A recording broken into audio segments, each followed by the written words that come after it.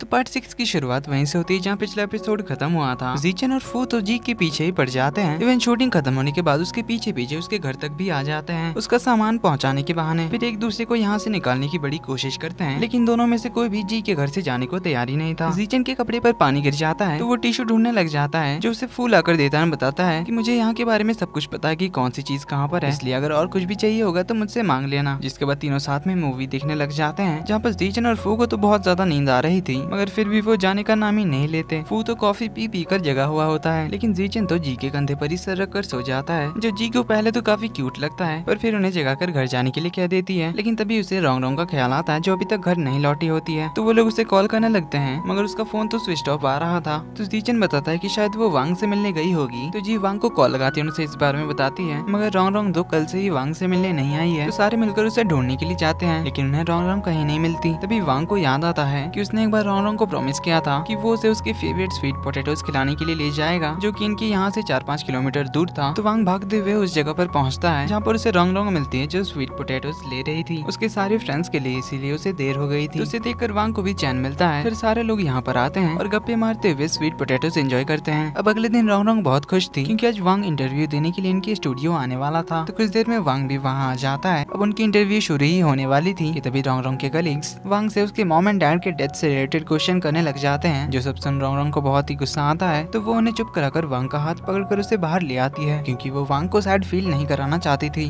अब वांग को अपने लिए रोंग रोंग की इतनी ज्यादा केयर देखकर काफी अच्छा लगता है। तो वो पिछली बार रोंग रोंग से रूडली बात करने के लिए उससे माफी मांग लेता है, जिससे उनकी मिसअंडरस्टैंडिंग दूर हो जाती है। अब अगले दिन जी ने डे ऑफ लिया था, इसीलिए वो रोंग रोंग के साथ मूवी देखने का प्लान बनाती है, मगर उनके पीछे पीछे जीचन और फू भी वहाँ पर पहुँच जाते हैं, जहाँ पर जीचन तो झूठ मूठ कर डरने का नाटक करने लगता है। तो जी उसे अपना हाथ पकड़ने का ऑफर करती है, जिससे तो जीचन बड़ा खुश होता है। लेकिन मूवी देखकर जब वो लोग बाहर आते हैं, तब जी को उसका एक कॉलेज का सीनियर मिलता है, जिस पर जी को क्रश था। तो सीनियर उसके साथ टच में रहने के लिए नंबर एक्सचेंज करने की बात करता है। अब जी ने अपना फोन जीचन को दिया था, मगर जीचन तो फोन नहीं देने के बहाने करने लग जाता है, पर रोंग रोंग उसके फोन पे कॉल लगा देती है, जिससे उसे फोन देना ही पड़ता है। अब उस सीनियर को जी से इतने प्यार से बात करता देख फू और जीचन को तो बड़ा गुस्सा आता है। अब इतना काफी नहीं था, तो सीनियर उससे अगले वीकेंड मूवी के लिए पूछ लेता है, जिसके लिए जी तो मान जाती है, जो सुन हमारे दोनों बॉयज को तो बड़ी जेलसी होती है। अब अगले दिन बुक स्टोर के पब्लिसिटी के लिए फोटोशूट करवानी थी, मगर उनके पास फीमेल मॉडल नहीं थी। तो बुक स्टोर का ओनर वांग से रोंग रोंग को बुलाने के लिए कहता है। तो अगले दिन वांग और रोंग रोंग फोटोशूट कराते हैं, जहाँ पर उन दोनों की साथ वाली फोटोज को देखकर फोटोग्राफर उन्हें कपल समझ लेता है, कहता है कि आपकी जोड़ी तो बहुत ही अच्छी है। जो सुन हमारी रोंग रोंग तो शाय फील करती है, मगर वांग कहता है कि ऐसी कोई बात नहीं है, हम दोनों तो बस फ्रेंड्स हैं। अब ऐसा वांग ने इसीलिए कहा था ताकि रोंग रोंग को अभी ऑकवर्ड ना लगे, मगर रोंग रोंग समझ लेती है कि शायद वांग उसे पसंद नहीं करता, इसीलिए उसने ऐसा कहा। तो वो डिसाइड करती है वांग को कुछ दिनों तक अवॉइड करने का। अब कल जी जाने वाली थी सीनियर के साथ मूवी देखने के लिए, जिस बारे में सोच सोच कर हमारा जीचन तो परेशानी हुआ जा रहा था, पर उसे एक आइडिया आता है। वो अगले दिन पहुंच जाता है टोपी लगाकर उनकी जासूसी करने के लिए। अब सीनियर ने तो उन दोनों के लिए कपल टिकट्स खरीदे थे, जिस बारे में काउंटर से पता चलने पर भाई तो बड़ा गुस्सा करता है। लेकिन तभी वहाँ पर छुपते हुए फू भी पहुंच जाता है। अब दोनों पहले तो एक दूसरे को देखकर नाटक करने लग जाते हैं, जैसे वो तो बस यहाँ पर घूमने के लिए आया था,